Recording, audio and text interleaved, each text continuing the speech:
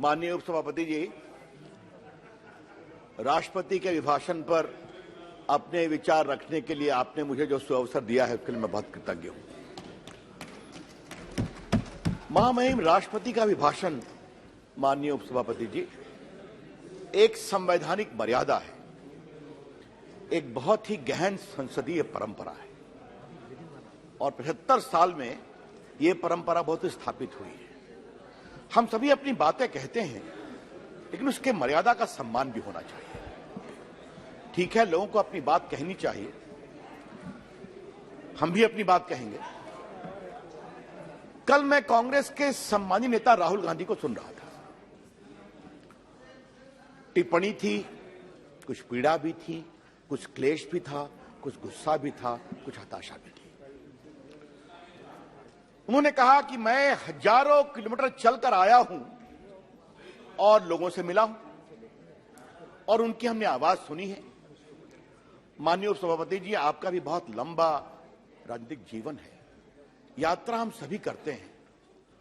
यात्रा में आप मिलते किससे हैं इसका भी बड़ा असर पड़ता है और अगर आपके साथ विध्वंसक तत्व यात्रा में चलते हैं तो उसका भी असर आपके ऊपर होता है। और ये तो हमने देखा ही देखा कि उनके साथ एक पूर्व मुख्यमंत्री चल रहे थे जो सेना से उनके शहादत का सबूत मांग रहे थे और जब ये देश में हंगामा मचा तो उनके जो प्रवक्ता हैं या मीडिया हेड हैं वो उनको रोकने की कोशिश कर रहे थे। ये सब हमने देखा टीवी पर। तो जब अच्छा, आप थोड़ा शांत रहिए दादा, शांत रहिए। अभी बहुत कुछ बोलना है। माननीय उपसभापति जी, तो उनके पूरे भाषण में हमको 3 बात दिखाई पड़ी। एक, हताशा, फ्रस्ट्रेशन। दूसरा, ए सेंस ऑफ इंटाइटलमेंट कि सरकार तो हमें ही चलानी है, ये नरेंद्र मोदी कहां से आए हैं और जीत जा रहे हैं। समस्या यही है अध्यक्ष जी, उपसभापति जी। वो 14 में हारे, वो 19 में हारे और 24 में और कसकर हारने वाले हैं। लेकिन फिर भी, लेकिन उपसभापति जी, उससे एक बड़ी बात मुझे कहनी है। क्या बोलते समय सारी संवैधानिक मर्यादाओं को तार-तार कर दिया जाएगा? ये एक बहुत बड़ा सवाल है और आज मैं आपके सामने इस विषय को बहुत गंभीरता से रखना चाहता हूं। इस संसद को कभी ना कभी यह विचार तो करना पड़ेगा। आप कुछ भी बोल जाएंगे। विदेश नीति की बात हो रही थी, श्रीलंका को लेकर एक बात कही गई और मेरे पास डॉक्यूमेंट हैं कि जो उन्होंने रेफरेंस दिया वहां के राष्ट्रपति ने उसको डिनाई किया और उस व्यक्ति ने विड्रॉ किया। झूठ बोला गया। अच्छा ठीक है,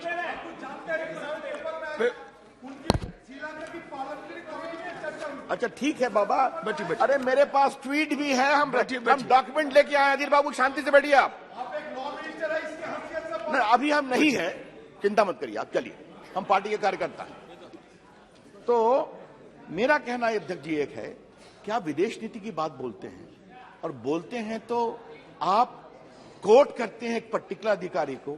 वहां के राष्ट्रपति ने उस सारे एलिगेशन को डिनाई किया ट्वीट कर करके और उस पदाधिकारी ने कहा कि भावनाओं में बह के मैंने कहा मैं उसको अनकंडीशनली विड्रॉ करता हूं। आप इसको छुपा जाते हैं। राहुल गांधी ने इस हाउस को मिसलीड किया है, मैं पूरी जिम्मेदारी से कहना चाहता हूं।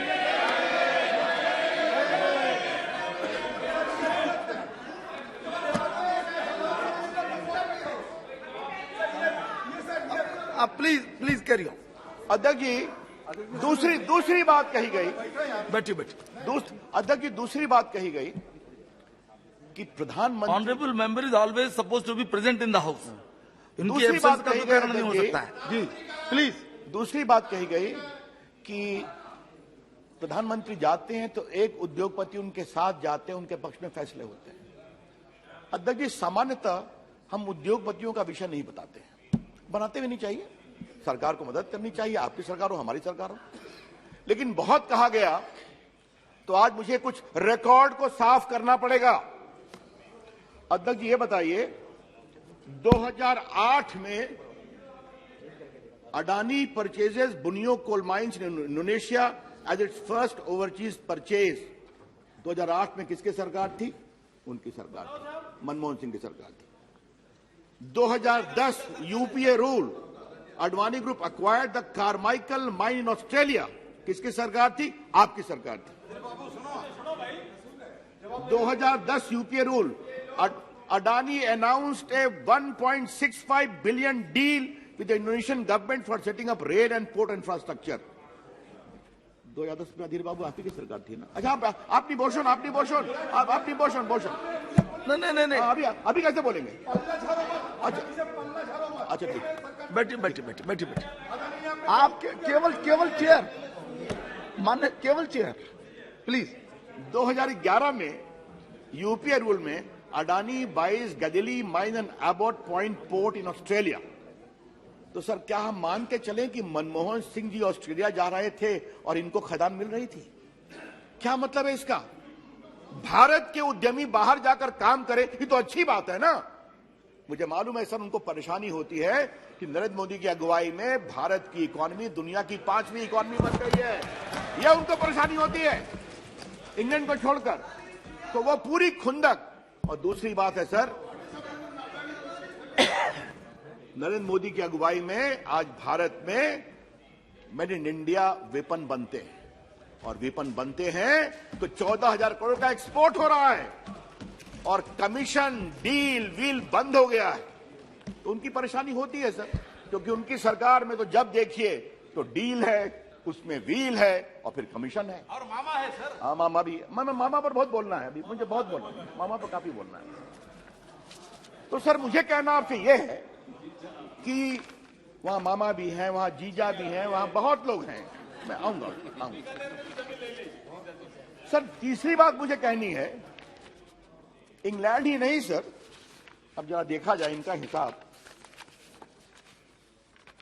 छत्तीसगढ़ सरकार में पारस स्टेट कैट बसन कोल ब्लॉक को इन्वायरमेंटल आपत्तियों के बावजूद क्लियर किया गया सर, और अब उसको एक्सपेंड किया गया है। अब वहां किसकी सरकार है सर? 2022 में क्या गया? इनकी सरकार है सर। मार्च 22 में sir Congress rule Chhattisgarh government approve the expansion of the project. अब राजस्थान देखिए सर, यहां तो और जोरदार है सर। 65,000 करोड़ का पूंजी निवेश अडानी ग्रुप आने 5-7 वर्षों में करने जा रहे हैं। तो राहुल गांधी जी, ये जो इतनी बड़ी राशि राजस्थान में लगाई जा रही है, तो वहां भी कुछ व्हीलिंग डीलिंग हुई है क्या? क्या मतलब है इसका? मतलब क्या है इसका? अब देखिए सर, आप तो खामोश नहीं। प्लीज। अब सर देखिए, केरला में सर, केरला तो और कमाल की बात है सर। वहां पर विजयनम जो पोर्ट है, वो नया पोर्ट अडानी पोर्ट के नाम से वो शुरू हो रहा है। वायबिलिटी गैप फंडिंग भी की गई है, और प्रोजेक्ट्स अमाउंटिंग टू 21,000 करोड़। तो क्या केरला, क्या छत्तीसगढ़, क्या राजस्थान, क्या बंगाल, हमें कोई इस पर आपत्ति नहीं है सर। मेरी बात समझा जाए, भारत के उद्यमी क्यों नहीं आगे बढ़ने चाहिए? सवाल यह है, ईमानदारी से बढ़ाए जा रहे हैं या डील या व्हील के साथ बढ़ाए जा रहे हैं? नरेंद्र मोदी जी की सरकार ईमानदारी से काम करके बढ़ाती है सर, और हमें बहुत गर्व है कि नरेंद्र मोदी सरकार की अगुवाई में आजकल कमीशन बंद हो गया है। इसलिए उनको परेशानी है, उनको।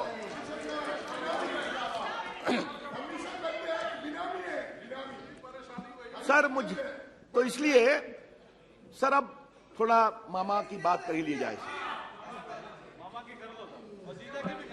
सर। थोड़ा बोफोर्स वगैरह के मुझे विस्तार से देखने का अवसर मिला था, और 2G घोटाला, चाहे बाकी घोटाले, कोल घोटाला, ये सब देखने का अवसर मुझे मिला था सर, विपक्ष के रूप में भी और 2 विभागों के मंत्री के रूप में भी सर। तो उन्होंने क्या क्या किया हम सबको मालूम है। लेकिन सर इन सभी घोटालों में जिस घोटाले ने मुझे सबसे अधिक प्रभावित किया सर, वो है बोफोर्स सर। क्योंकि बोफोर्स तो एक तो भारत की सुरक्षा का मामला था, और क्या मामा जी की सेवा की गई सर। भ्रष्टाचार के इतिहास में मामा जी के प्रति किए गए योगदान को हमेशा याद किया जाएगा।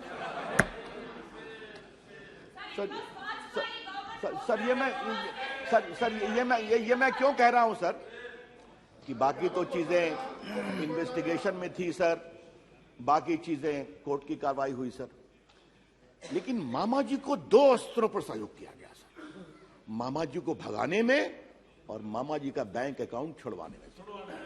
ये कमाल हुआ सर। अब आपको बताता हूं सर, मामा जी के खिलाफ कार्रवाई हुई तो मामा जी यहां से भाग गए। कोतरोकी नहीं। अब कोतरोकी जी सर बार बार उनका परिवार और इनका परिवार खूब खेलना मिलना जुलना, ये सब रिकॉर्ड भरे हुए हैं मेरे पास सर। मैं बोल रहा हूं, जिवारी से बोल रहा हूं, लेकिन सर मैं इसको कंफर्म कर रहा हूं सर, जिस तरह से उनकी सरकार ने मदद की सर। कोतरोकी साहब भागे, कोलालमपुर में अपील लेट फाइल किया गया, वहां से चले गए अर्जेंटीना सर, वहां भी कार्रवाई में देर किया गया, फिर वो भाग करके इटली चले गए। तो सर वो भाग गए इटली। रूढ़ी जी, इटली काफी सुरक्षित जगह है परिवार के लिए, मालूम है ना आपको? हाँ, काफी सुरक्षित जगह। लेकिन सर सबसे तो शर्मनाक बात हुई सर कि लंदन में जो कमीशन का पैसा था सर, वो बैंक अकाउंट में जमा था, और जमा था तो वो ब्रिटिश सरकार ने उसको इंपाउंड कर रखा था। उस समय के कानून मंत्री ने भारत सरकार के एडिशनल दत्ता साहब को लंदन भेजा और क्या कहा, ये मैं जरा आपके सामने रखना चाहता हूं, थोड़ा सा ये लोग भी सुने तो बड़ा अच्छा लगेगा कि उसने उन्होंने कहा, सर कमाल की बात है सर। अरे आप तो ज्यादा क्या हम आपको बोले, चलिए।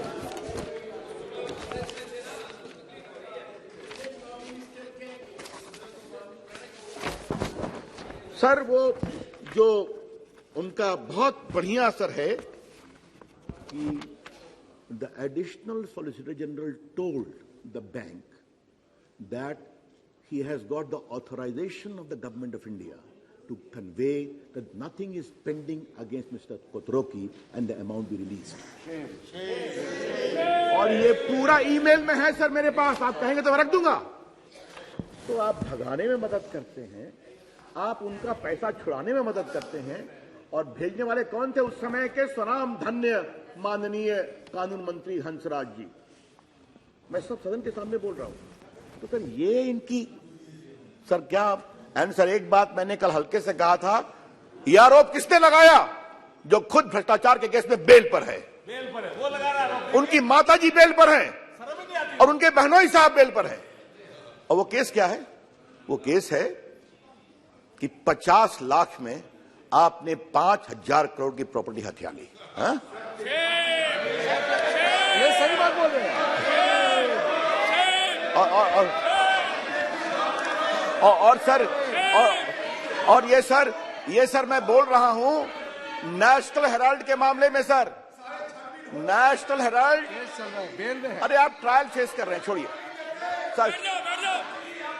सर नेशनल हेराल्ड के मामले में सर आप ध्यान रखें सर कि एक आजादी के आंदोलन का अखबार था, उसके शेयर गोविंद वल्लभ पंत, नेहरू जी, टंडन जी सब लोग रखे थे सर। एक रात उसके सारे को बेच दिया गया यंग इंडिया को। यंग इंडिया के ओनर कौन कौन थे? माता जी और पुत्र जी और मोतीलाल वोरा जी सर। और उसको जो 90 करोड़ रुपया लोन दिया गया था कांग्रेस पार्टी के द्वारा, यहां पर आया तो उस लोन को राइट ऑफ कर दिया गया। और क्या मतलब हुआ कि राहुल जी और उनकी माता जी के कंट्रोलिंग शेयर के यंग इंडिया को मुंबई, दिल्ली, लखनऊ, पटना और चंडीगढ़ की भारी प्रॉपर्टी मिल गई। ये है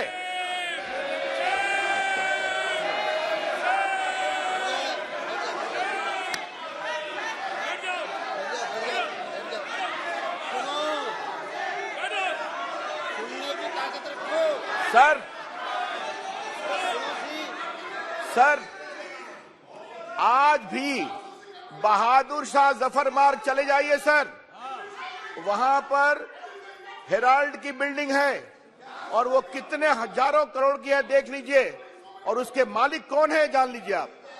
और सर मैं इसलिए नहीं कह रहा हूं एक केस हुआ, केस में सर कॉग्निजेंस हुआ, ये क्वाशिंग में गए, हाई कोर्ट गए, सुप्रीम कोर्ट गए, रिजेक्ट हुआ, इनको बेल लेना पड़ा और ट्रायल फेस कर रहे हैं।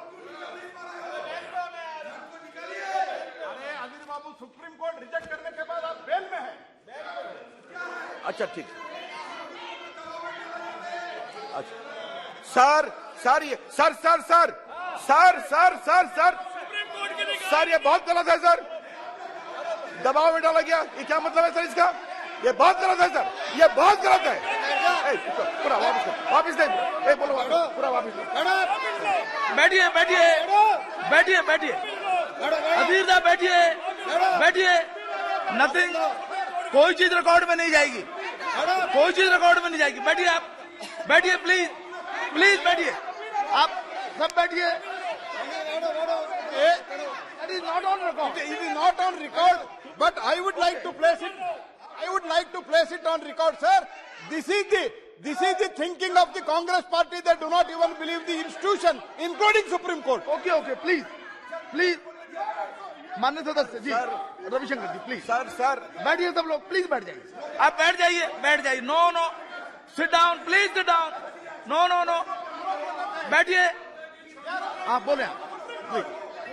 सर ये अधीर बाबू ने कोई नई बात नहीं बोली। इनके नेता राहुल गांधी ने राफेल के जजमेंट पर भी टिप्पणी की थी, कार्रवाई हुई, उन्होंने माफी मांगी थी सुप्रीम कोर्ट से। क्या बात कर रहे हैं आप?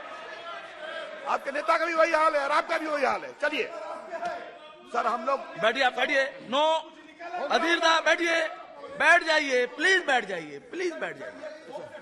आपके जब वक्ता बोले, अभी आपके वक्ता बोलेंगे तब बैठिए, आप बैठ जाइए। आपको अभी अवसर और है, उसमें आप बोलिएगा। Now let honourable member speak, please. Sir ji, कभी कभी सच्चाई कड़वी होती है, उससे तलखी होती है सर। जरा वही पर तकलीफ उनको होती है सर, कोई परेशानी नहीं। पेट में दर्द होता है। बैठिए सर। तो सर मैंने खाली अभी देखिए सर, हमने अभी खाली बोफोर्स और नेशनल कहा तो इतनी परेशान हो गए। अब 2G पर क्या बोले, कोल स्कैम पर क्या बोले, आदर्श घोटाला पर क्या बोले, कॉमनवेल्थ पर क्या बोले। 1,80,000 crore scam of 2G, nearly 2 lakh crore of coal scam, 70,000 crore of commonwealth scam. ये सब कब हुआ? जब उनकी सरकार थी सर, मालूम है। आदर्श घोटाला, और सर आदर्श घोटाले में तो सर शर्मिंदगी की सारी पराकाष्ठा पार कर गए। जो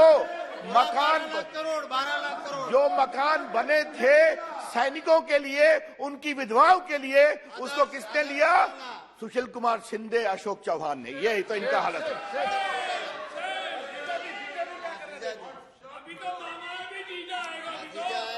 सर अब मैंने मामा जी की कहानी कुछ कही, अब मैं जीजा जी पर आता हूं सर, कल मैं बहुत सुन रहा था, Narendra Modi government was facilitating mister Adani. हाँ सर, फैसिलिटेशन क्या होता है सर? उसकी कहानी जरा सुनिए सर आप।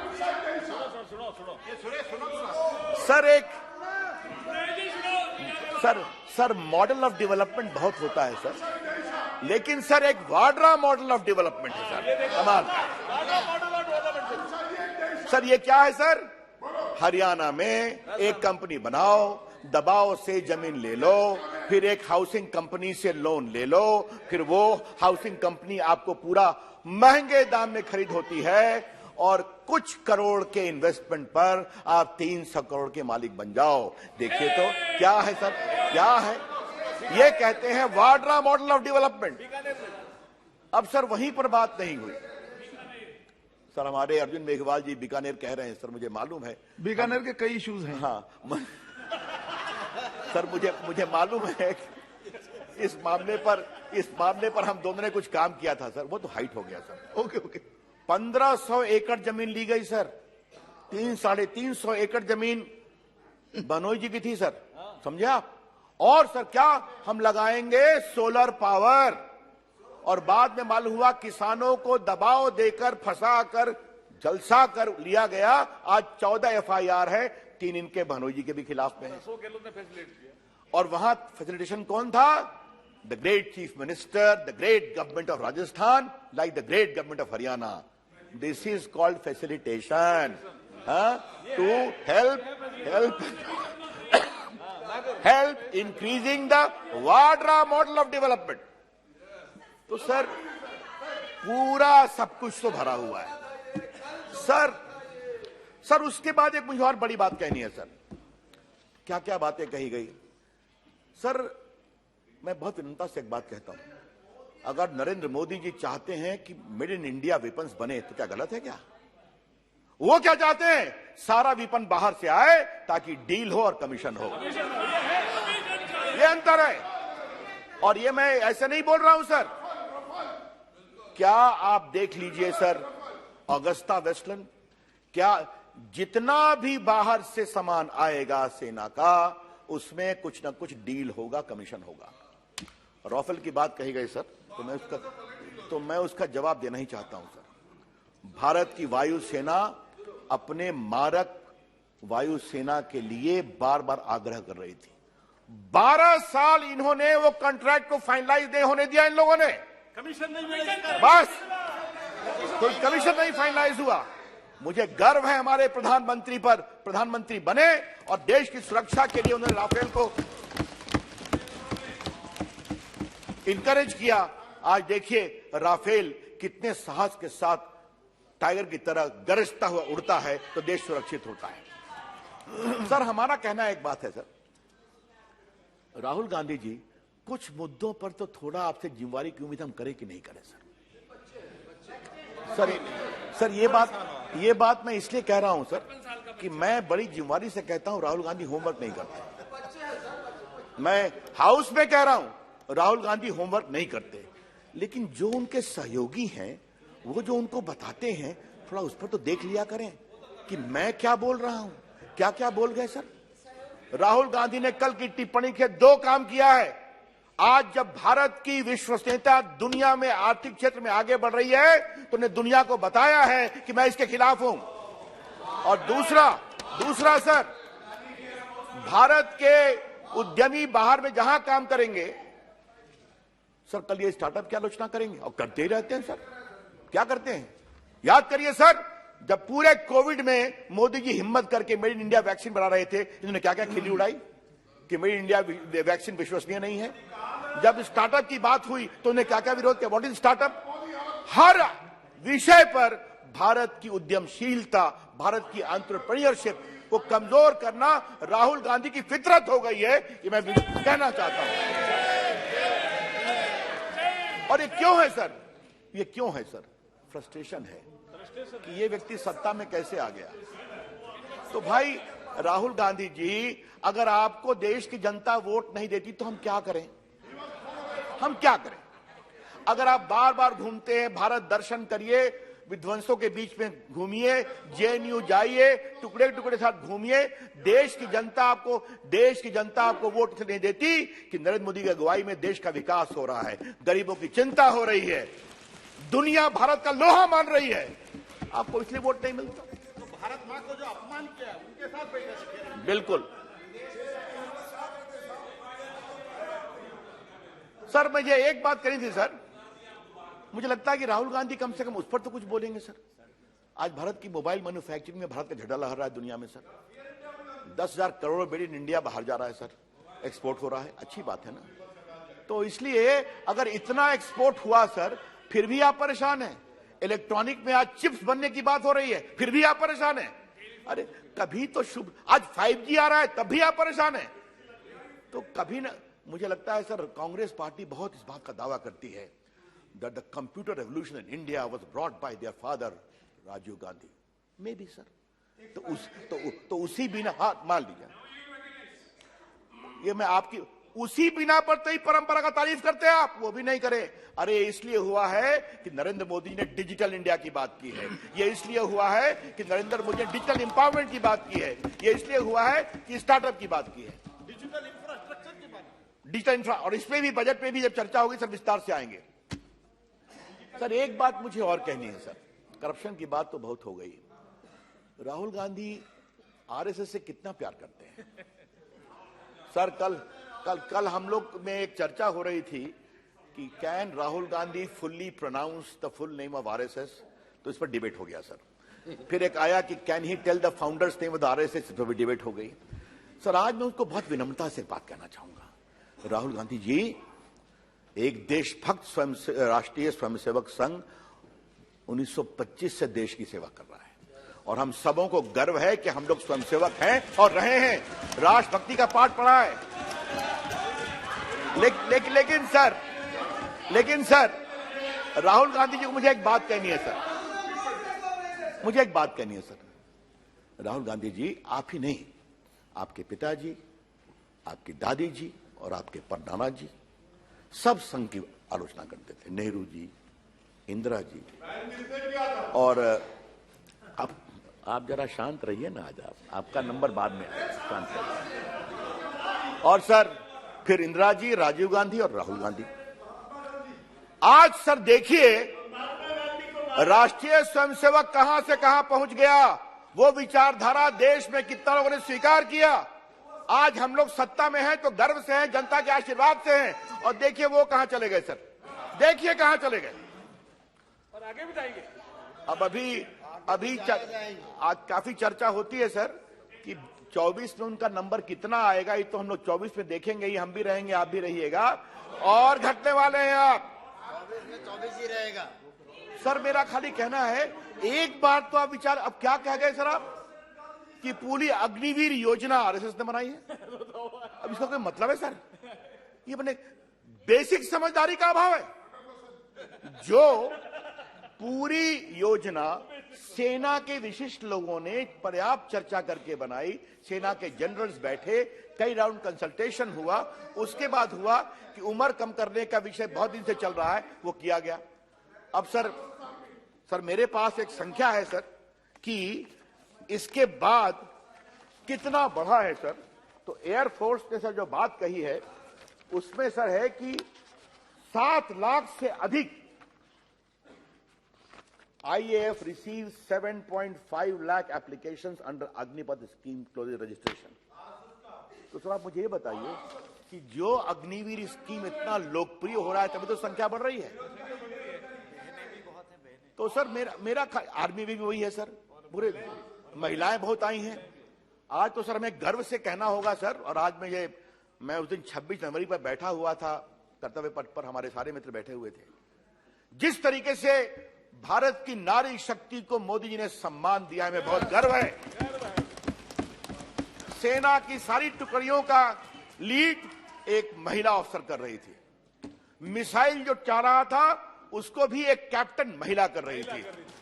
एयरफोर्स के टैब्लू पर एक महिला फ्लाइंग ऑफिसर थी, और सीआरपीएफ के बटालियन में लेडी बटालियन लीड कर रही थी, जिसे बेस्ट मार्चिंग कंटिजेंट का अवार्ड दिया गया। और असम राइफल्स में भी महिला यूनिट थी।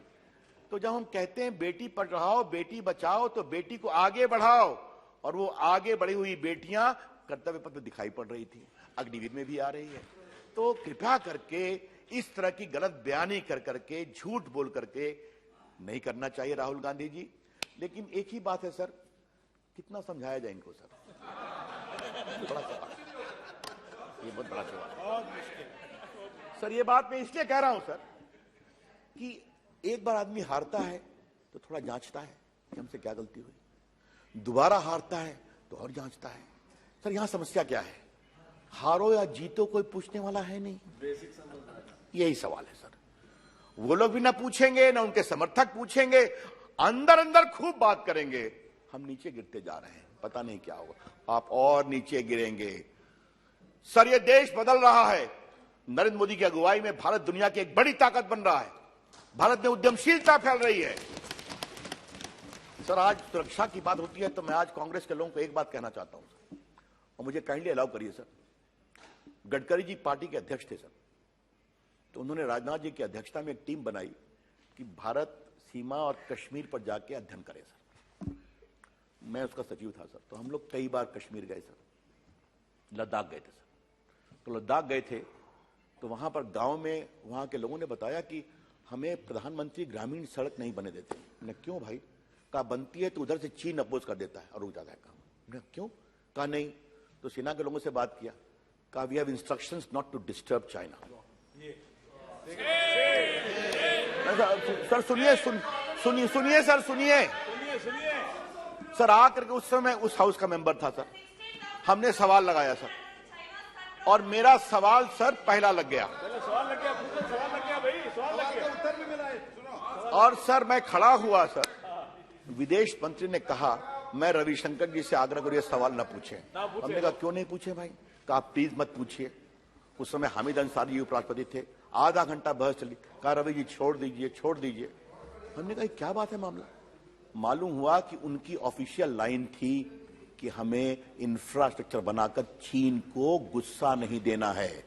ये उनके स्टेटमेंट है एक एंथोनी के हाउस में।